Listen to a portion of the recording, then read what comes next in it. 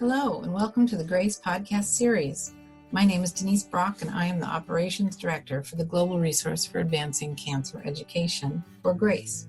In this podcast series, we interview patients, advocates, and healthcare professionals to provide the most updated information for our community and to highlight important issues facing those dealing with a cancer diagnosis.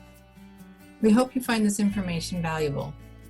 For questions or comments, please visit us at cancergrace.org.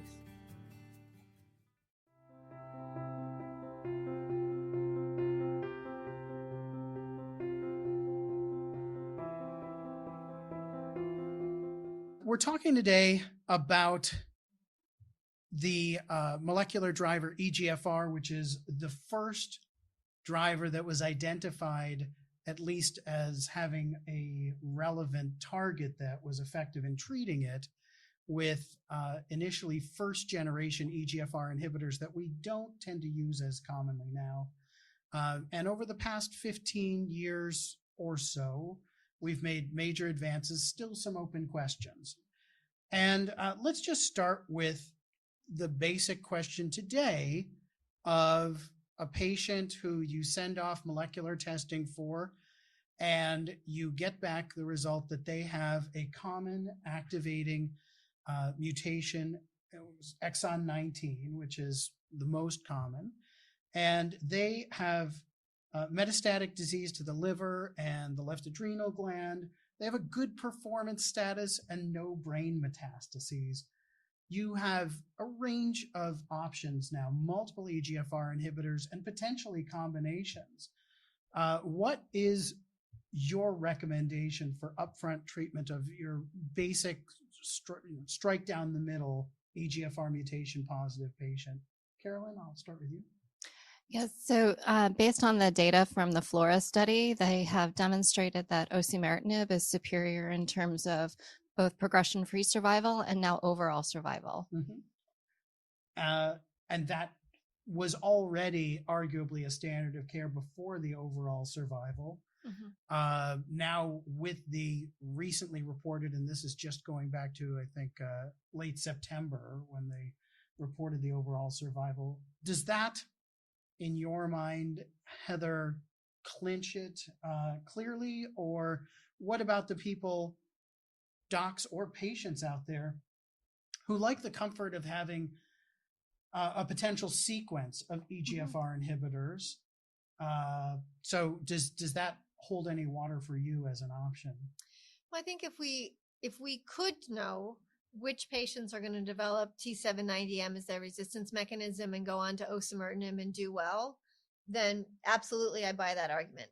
The problem is we don't know. And until such time as we're able to figure out, based on maybe co-mutations or other things that we can predict, who's going to get on to develop T790M and who's going to have some other problem, I think we can't really predict that. And so that's what FLORA told us, is that if you look at the whole population, starting with osimertinib is a higher probability of getting someone to a longer time of living, not just living on their TKI, but living overall. Mm-hmm. And so that's hard data to argue against, at least in the United States, where we have the agent available. I think globally, there's a lot more discussion because of cost differences in availability and emerging data that if you give an EGFR TKI plus bevacizumab, or even an EGFR TKI plus chemo, you can maybe prolong the benefit of the first or second generation drug, still relying on the fact that half the time you'll get T790M as your resistance mechanism and then could go on to osimertinib. So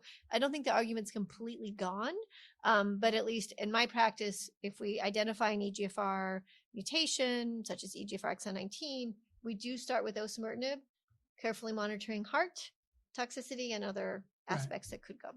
So just because I think it's helpful to define things a little bit for the audience, first generation EGFR inhibitors are gefitinib, Iressa, and Tarceva, erlotinib. And those are widely available in Asia. Icotinib's another one, but we don't have that and don't really need it. How many could you use? And then second generation agents that are FDA approved and available include dacomitinib and afatinib that maybe a little more effective, but tend to also have, than first generation agents, tend to have some toxicity issues. Afatinib is known as Gilitrif, and dacomitinib is Exempro. I don't remember. I don't prescribe it often. So, and then osimertinib that we've discussed quite a bit is Tagrisso, that people may well be familiar with.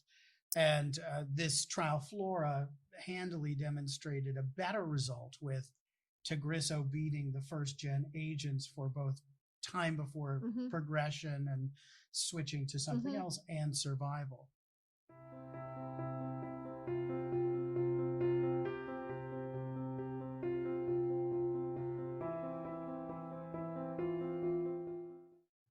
Thank you again for joining us. This podcast was made possible by the generosity of sponsorship from our friends at Lilly, Novartis, and Takeda.